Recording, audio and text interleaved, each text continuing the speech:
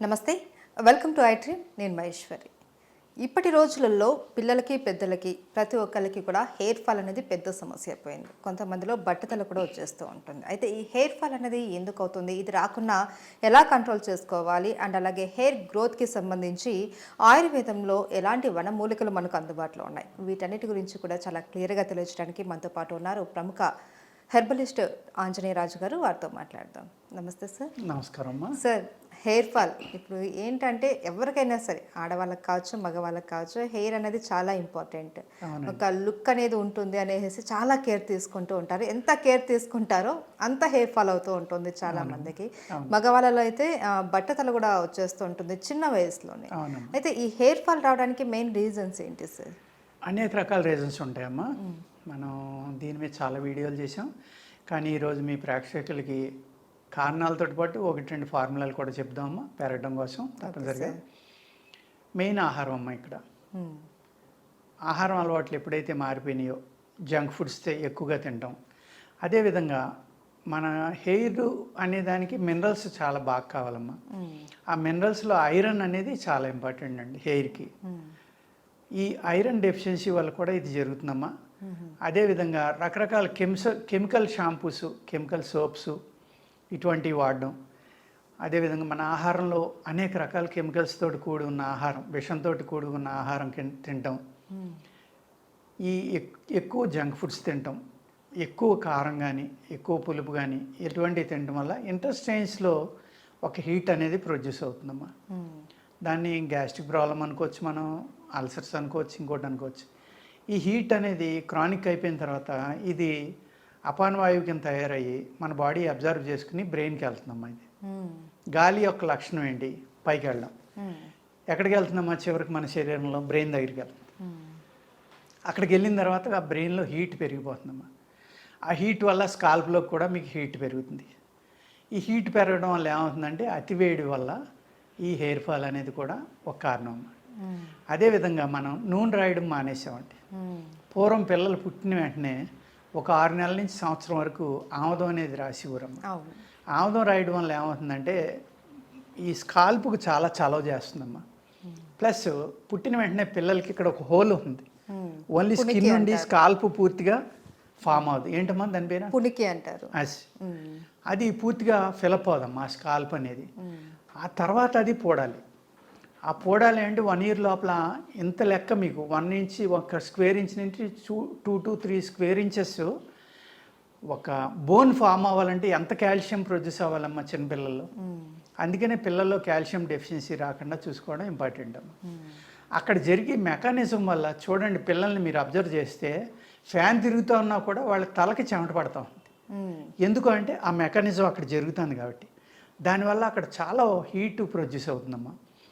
ఆ హీట్ అనే దాన్ని తగ్గించడం కోసం ఆముదం అనే ఒక అద్భుతమైన ప్రక్రియ మన ఆయుర్వేద శాస్త్రంలో పిల్లలకి ఆముదం రాసివ్వరమ్మా.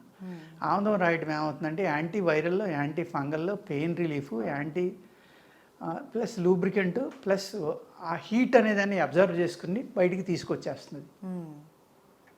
ఎప్పుడైతే అలా జరిగిందో వాళ్ళ బ్రెయిన్ చల్లగా ఉండటం వల్ల ఆ పిల్లలు ప్రశాంతంగా నిద్రపోతారు. ఆ పిల్లల్లో బాడీలో హీట్ అనేది అబ్జర్వ్ అయిపోవడం వల్ల ఎదిగిన తర్వాత జుట్టు అద్భుతంగా పెరిగి జుట్టు రాలకుండా ఉండటానికి అక్కడి నుంచే మీరు జాగ్రత్త తీసుకోవాలమ్మా. అవన్నీ మనం మానేసి బేబీ ఆయిల్స్ అని ఇంకోటని లేకపోతే రోజు తలంటడం, ఈ కెమికల్ షాంపూలతో తలంటడం వల్ల కూడా ఈ మెయిన్ రీజను జుట్టు రాలిపోవడానికి అదమ్మా, హీట్ పెరిగిపోవడం అనేది. పెద్దవాళ్ళు కూడా అంతే కదా, ప్రతిరోజు తల అంటుతున్నాం. నైట్ పోనీ నైట్ ఆయిల్ రాసుకుని ఉదయం అంటుకుంటే పర్వాలేదమ్మా. ఆయిల్ రాయడం అనేది మానేసాం, కొబ్బరి నూనె మానేసాం. పూర్వం ఆవు నెయ్యి కూడా రాసివ్వరమ్మా. ఆముదం ఆవు నెయ్యి కలిపి రాసివ్వరు, ఆవు నెయ్యి రాసివ్వరు, ఆముదం రాసివ్వరు. కొబ్బరి నూనె అనేది కంపల్సరీ. లేవగానే ముందర స్నానం చేసిన వెంటనే కొబ్బరి నూనె రాసుకోవడం, తలంటుకోవడం అనేది వారానికో 15 రోజులకో 10 రోజులకో అమ్మ. ఇప్పుడు ఏంటి, ఎవ్రీడే మీరు కెమికల్ తోటి హెడ్ బాత్ అనేది చేస్తున్నారు. చేసినప్పుడు వెంట్రుకలు రాలిపోకుండా ఎలా ఉంటాయమ్మా. అదేవిధంగా పొల్యూషన్ పెరిగిపోయింది వాతావరణంలో. పెరిగిపోవడం వల్ల కూడా మీకు డాండ్రఫ్ అనేది చాలా ఎక్కువగా పెరిగిపోయిందమ్మా. డాండ్రఫ్ పెరగడం వల్ల కూడా మీకు ఆ డాండ్రఫ్లో ఉన్న ఏదైతే ఫంగల్ ఇన్ఫెక్షన్, అది ఆ ఫంగల్ ఇన్ఫెక్షను అనేక రకాల బ్యాక్టీరియాలు అక్కడికి చేరడం వల్ల కూడా ఆ రూట్లోకి వెళ్ళి ఆ రూట్ని తినేయడం వల్ల హెయిర్ ఫాల్ జరిగామా మళ్ళీ ఆ రూట్ బతకదు. బతకపోవడం వల్ల ఏమవుతుందంటే బాల్డ్ హెడ్ కూడా వచ్చేస్తుందమ్మా. దాని నుంచి మనం మనల్ని కాపాడుకోవాలంటే ఫస్ట్ది ఏంటంటే ఆముదం రాసుకోవటమ్మా.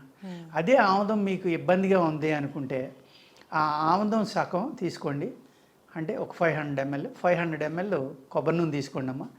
ఆ రెండాటిలోని మీరు ఈ జీడి నల్ల జీడి అని దొరుకుతుందమ్మా. అడవి జీడి పిక్కలు అంటారు, ఈ నల్లగా ఉంటాయి. అది కట్ చేసినప్పుడు కూడా గ్లౌస్ పెట్టి జాగ్రత్తగా కట్ చేసుకోవాలమ్మా. లేకపోతే అది కట్ చేసినప్పుడు ఆ జీడి తగిలితే చేతులు పుళ్ళు పడిపోతాయి. అటువంటి ఇది 1/2 లీటర్, అది 1/2 లీటర్ తీసుకుని అందులో 20 జీడి గింజలమ్మా లెక్క పెట్టుకుని వాటిని 2 ముక్కల కింద కట్ చేసి వాటిలో వేసి కాసుకోవాలమ్మా. ఆయిల్ ఆ జీడి గింజలు వేగి తేలే వరకు మీరు ఆ ఆయిల్ని బాయిల్ చేసుకోవాలి. అవి పైకి ఫ్లో అవుతాయి. ఫ్లో అయిన తర్వాత ఆయిల్ ఆపేసమ్మా. దాన్ని వడపోసుకుని మీరు బాటిల్లో పోసుకుని ఆ ఆయిల్ కనుక మీరు వాడితే డాండ్రఫ్ అనేది అద్భుతంగా తగ్గిపోతుందమ్మా. ఈ హెయిర్ ఫాల్ ఇమీడియట్గా మీకు ఆ బ్యాక్టీరియా కానీ ఆ ఫంగస్ కానీ ఏవి ఉన్నాయో అవన్నీ చనిపోయి మీకు హెయిర్ గ్రోత్ అనేది స్టార్ట్ అవుతుందండి. ఓకే. అలాగే ఆహారంలో మీరు ఐరన్ ఎక్కువ ఉన్నాయి తీసుకోవాలమ్మా. ఐరన్ ఎక్కువ దేంట్లో ఉంటుందంటే ఉసిరిలో ఉంటుంది. అదేవిధంగా కరివేపాకులో కూడా ఉంటుందమ్మా. ఈ ఉసిరికాయలు అనేవి ఉన్నాయి కాబట్టి ఉసిరి పౌడర్ దొరుకుతుంది, పప్పు దొరుకుతుంది. పై తొక్కే గింజ పనిచేయదండి. పైన ఏదైతే వలపు అంటాం మేము, ఉసిరి వలపు అంటాం, అది తెచ్చుకున్నమ్మా మీరు కచ్చపచ్చగా కొట్టుకుని కషాయం కాసుకుని వారానికి కనీసం 4 రోజులు దాంతో తల అంటుకుని ఈవినింగ్ శుభ్రంగా పడుకోండి. తుడిచేసుకున్నా పర్వాలేదు, ఆ కషాయంతో అంటుకోవాలి. అంతే తప్ప మళ్ళీ సబ్బులు ఏం వాడకూడదు.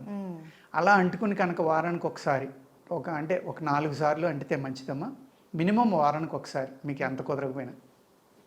ఈ ఐరన్ అనేది ఆ హెయిర్కి అందటం వల్ల హెయిర్ ఫాల్ తగ్గుతుందమ్మా. చాలా మీ వెంట్రుకలు ఏ అయితే ఉన్నాయో ఇవి చాలా అందంగా షైనింగ్ తోటి ఉంటాయి, ఆరోగ్యంగా ఉంటాయి. ఇది కూడా చాలా సింపుల్గా చేసుకున్నామా, అందరూ వాడుకోవచ్చు. ఈ విధంగా హెయిర్ ఫాల్ నుంచి అంటే హెయిర్ ఫాల్ గురించి అన్ని టీవీలు అడుగుతూనే ఉంటాయమ్మా. అన్నీ ఎప్పటికప్పుడు ఏదో ఒకటి చెప్తూనే ఉంటాం మేము. ఎందుకంటే మీరు అన్నట్టుగా అది సౌందర్యంలో ఆడవాళ్ళకేంటి మగవాళ్ళకేంటి చాలా ఇంపార్టెంట్ కాబట్టి దీని గురించి అనేక వీడియోలు చేస్తూ ఉంటామమ్మా.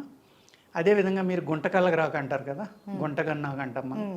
ఆ గుంటగన్నాకు తర్వాత గురివిందాకమ్మ, ఈ 2 రకాల ఆకులు తెచ్చుకుని వాటిని కషాయం కాసుకుని ఎండాకులు కనుకుంటే 4 భాగాలు నీళ్లు పోసుకున్నామా, ఒక భాగం వచ్చేదాకా కషాయం కాసుకోవాలి. ఆ 2 రకాలు, ఆ 2 కషాయాలు కలుపుకొని అందులో మీరు మర్రి ఓడలు ఉంటాయి, మర్రి చెట్టు ఓడలు ఉంటాయి కదమ్మా, ఆ లేత ఓడలు తీసుకుని వాటిని కూడా బాగా నలగొట్టి కషాయం కాసుకుని ఈ 3 కషాయాలు ఎంత ఉన్నాయో అంత నూనె తీసుకోవాలమ్మా. కొబ్బరి నూనె కానీ నువ్వుల నూనె కానీ. ఈ కషాయాలు పూర్తిగా బాయిల్ అయిపోయి నూనె ఒకటి మిగిలిదాకా కాసుకోవాలమ్మా. కాసుకున్న తర్వాత దానిని మీరు డైలీ కనుక అప్లై చేస్తూ ఉంటే చాలా బాగా మీ గ్రోత్ అనేది వస్తుందమ్మా. హెయిర్ గ్రోత్ చాలా అంటే చాలా బాగా పెరుగుతుంది జుట్టు. ఆరోగ్యకరమైన జుట్టు మీకు కావాలి అంటే 1 లీటర్ కొబ్బరి నూనె తీసుకుని 200 గ్రామ్స్ నిమ్మరసం పోయాలమ్మా అందులో. అంటే 200 ml, గ్రామ్స్ కాదు.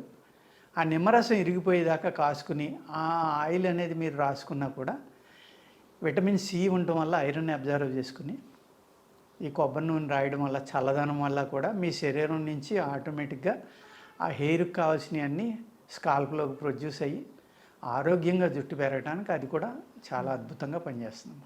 ఓకే, చాలా థ్యాంక్ యూ సో మచ్ గురుగారు. ఎందుకంటే చాలా రకాల చిట్కాలు తెలియజేశారు మాకు. అండ్ హెయిర్ ఫాల్ కాకుండా ఎలాంటి జాగ్రత్తలు తీసుకోవాలి ఇవన్నీ కూడా మాకు తెలియజేశారు. ధన్యవాదాలు. నమస్కారం.